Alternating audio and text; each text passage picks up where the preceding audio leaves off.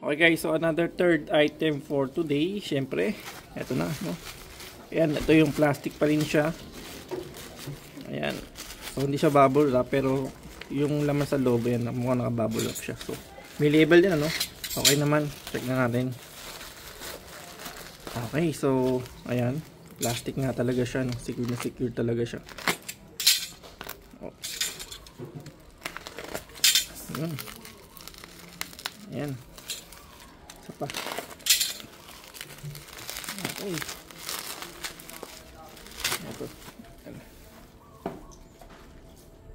Okay, so ito na siya, no? Ayan. Okay, so meron tayong Iki genuine parts daw, no? Iki Enterprises na battery terminal, kasi bumili tayo ng battery. So yung ginagamit sa atin before is ano siya, dito bolt-on type siya. Ngayon meron na siyang pinaka parang terminal niya, so terminal post, at bumili tayo ng pinaka terminal niya para doon. So ito siya, wala siya nakalagay na labels ng gawa, basta naka-cover lang sa isang packaging na Iki genuine parts. Battery terminal IBT PB01 yung kanyang model. So hindi ko lang sure dito yung kung talaga siyang Iki genuine parts talaga siya, no? Pero sa packaging okay naman. Uy, may kabigatan din, ano? So ito daw ay parang tingga siya, lead type, no?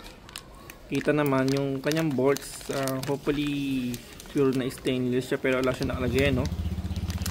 So ito yung natin napili kung para sa brass type, no? May brass type sana eh, medyo may kamahalan, pero parang mas okay daw itong ganitong klase. Saka mas makapit daw yata ito, no? Ata. Anyway, so check natin yung pinaka-ano ng plastic. Ayan, ito po siya, no?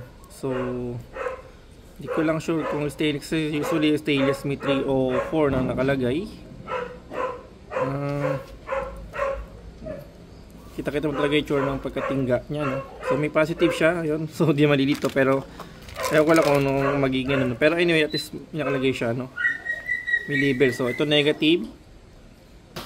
Yun lang ang nakalagay sa kanya.